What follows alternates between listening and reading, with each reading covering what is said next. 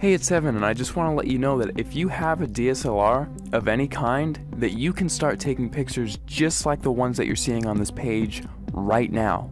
You do not need an expensive camera to take pictures like this. You just need a basic DSLR, and here's why.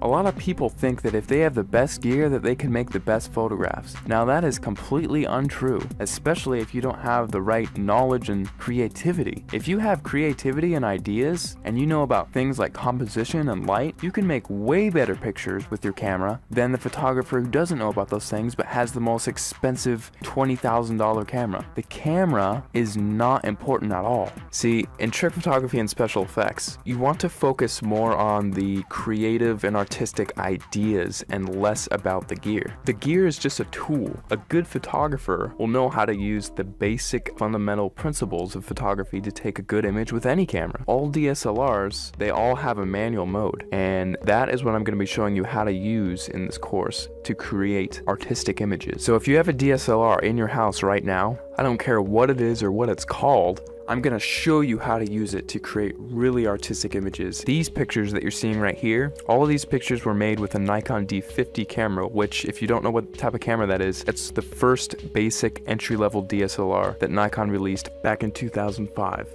Now, because they don't make this camera anymore, you can actually get this one used for $230 on eBay. That's what I found recently. Or you could get a newer camera and it would still have it be the most basic entry-level model and still be able to take cool pictures just like what you're seeing right here. In fact, let me show you a little trick that you can use with any camera right off the bat. See the little thing that says shutter speed? If you raise that number to make it longer, whenever you take a picture now, your camera will be on for several seconds taking a picture for that amount of time. Now this is really cool because what you can do is take a light and then move it around the frame, and you can actually record light trails with that. And people, if you've heard of this technique before, it's called light painting, but most people think that, oh, I just wave a flashlight around and then it's done. Well, actually, it's a whole art form in and of itself, because there are dozens of different types of lights that you can use in light painting, and all of them have a specific use. And you have to know how to move the lights in certain ways in order to create certain shapes and things like that. And that is the type of stuff that I'm going to be showing you inside the course. And now if you also have Photoshop, you can get really creative.